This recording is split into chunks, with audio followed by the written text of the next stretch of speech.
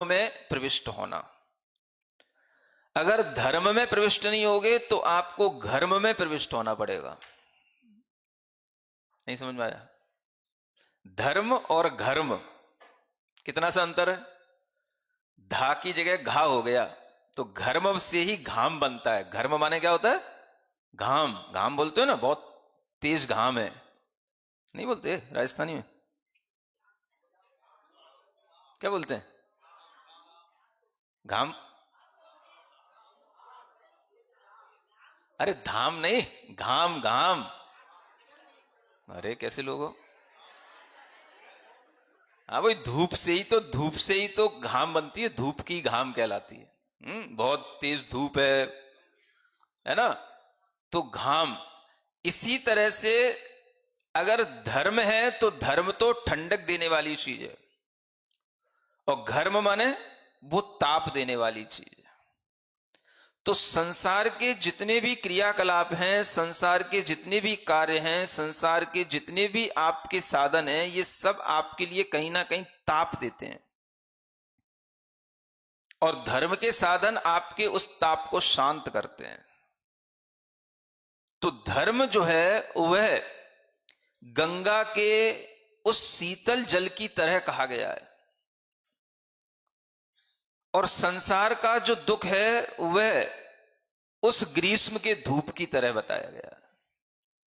अब आपको ग्रीष्म की धूप ही अच्छी लगती है, उसी में आप ठंडक खोजने की कोशिश करते हो, और किसी भी तरह से धर्म तीर्थ के निकट नहीं पहुंच पाते हो, या उसकी आपको जानकारी नहीं होती है, तो इसी को जो है मिथ्या दृष्टि, पहला गुण स्थान कहा जाता है।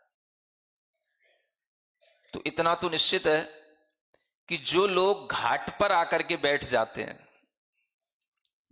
समझ आ रहा है, ये अविरत तो हैं, विरत नहीं लिए हैं, लेकिन सम्यक दृष्टि है।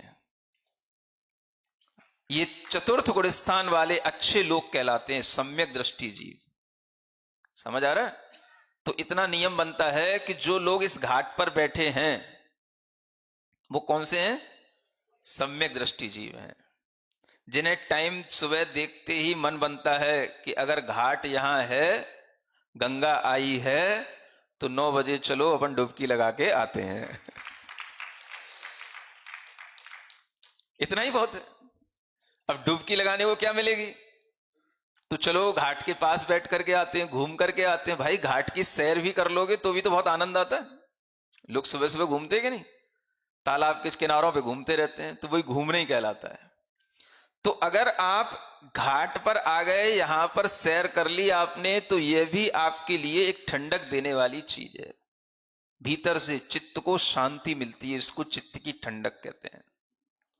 तो भगवान का तीर्थ एक तरफ हमें दुखों से जिताता है और दूसरी तरफ हमें शीतलता दे रहा है। यह आचार्य समंत भद्र का भाव इस छंद से प्रकट हो रहा है कि हमें दुखों को जीतने की भी कला मिलती है और चित्त को शांति भी मिलती है।